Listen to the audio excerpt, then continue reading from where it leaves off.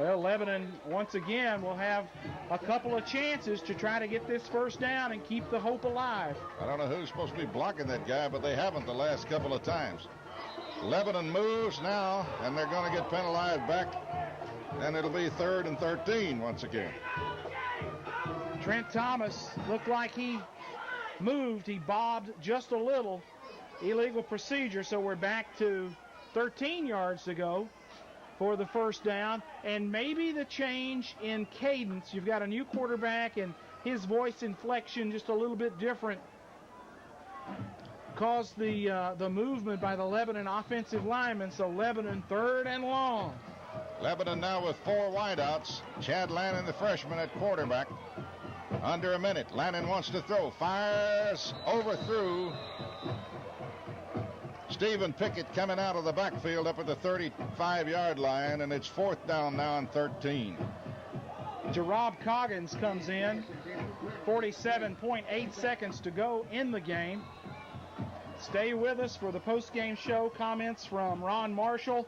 We'll have a report from John Bryan on the field. Here comes Lanning. Lanning underneath, sets him down. Could be the last play for the Blue Devils if they don't pick up the first down. Lanning back to throw, got a man, and he's hit and dropped the football up as he crossed the 35 to the 37, but hang on to your horses. There is flags everywhere. Clyde, we had another movement in the offensive line, and that will probably be declined by HuntersLane. Well, surely it will, because if it is, they get the football at the Lebanon 29-yard line. And it is declined. The ball goes over to HuntersLane, and folks, that's going to do it. All HuntersLane has got to do is take a knee, and this one's in the books. 43.9 seconds to go. HuntersLane leads 26-21. Well, the Blue Devils had it going, Tommy, if you remember, till that controversial call on the onside kick kind of took the starch out of them. It's all been all downhill from there on. HuntersLane now wants a timeout. John, let's send it down to you. I know you had a chance to talk to Jeff Lassiter, Matt's father. What does Jeff tell you? Basically what I told you earlier, Tommy.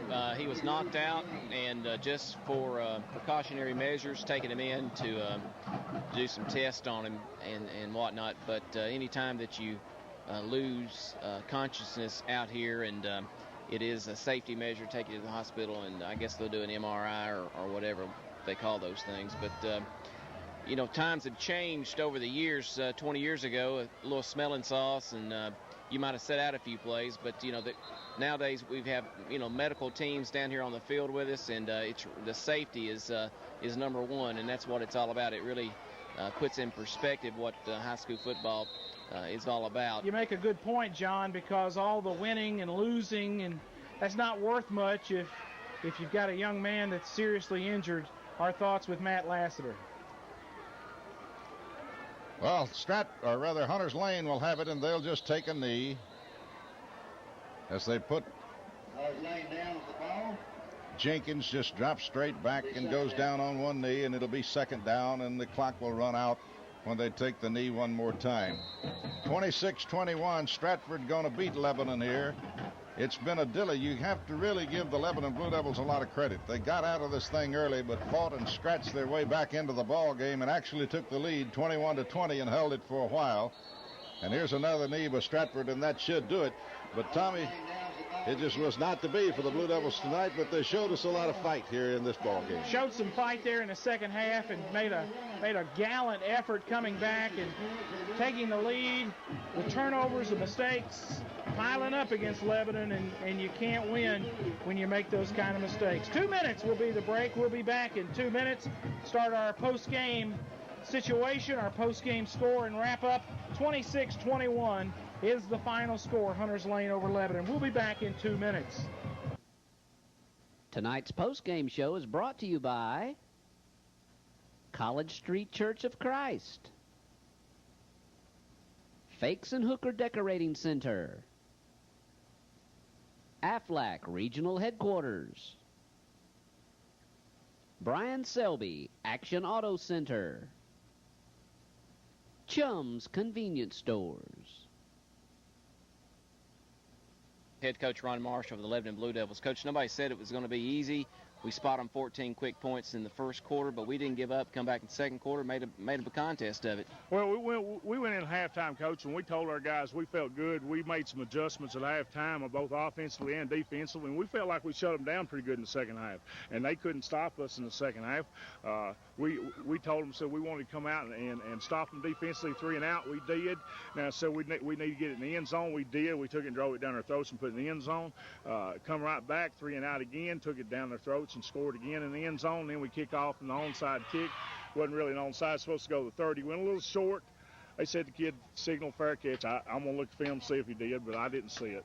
You know, as far as that goes, and that was kind of the momentum changer right there. Right.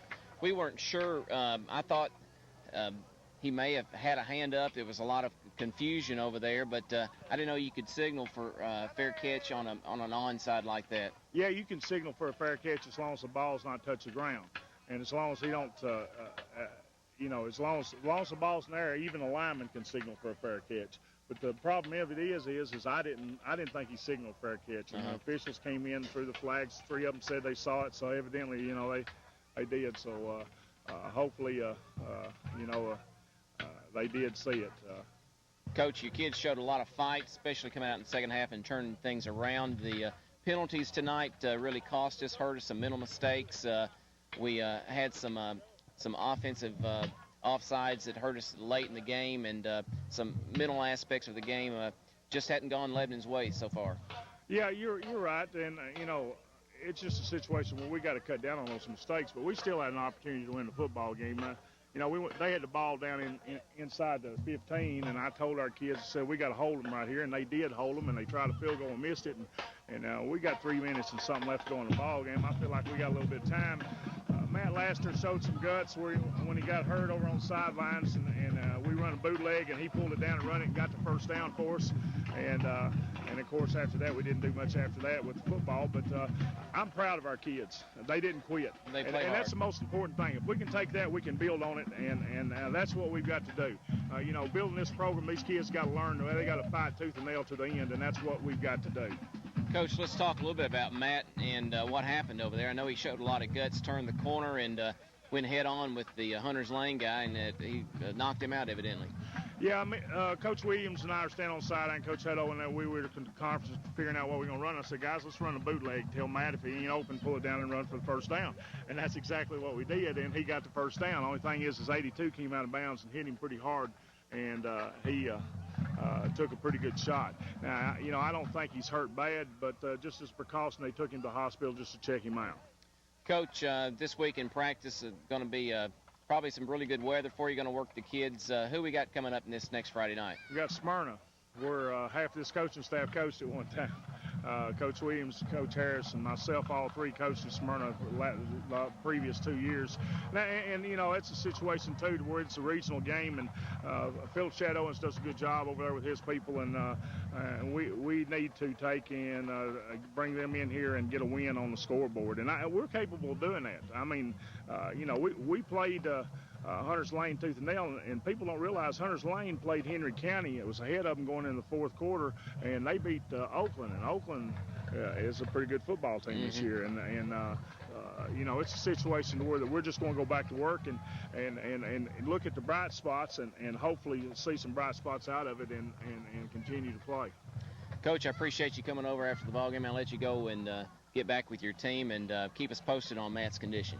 I will. I'm going right now to go in and call and find out how he's doing. And I appreciate it, and I appreciate you and TB. Thank you, sir. Appreciate you, Ron. Yes, sir. Ron Marshall, head coach of the Lebanon Blue Devils. John Bryan with the post-game show with the head coach of the Blue Devils, Ron Marshall. Lebanon takes it on the chin, 26-21 here in Lebanon against HuntersLane. We'll take it back to the station.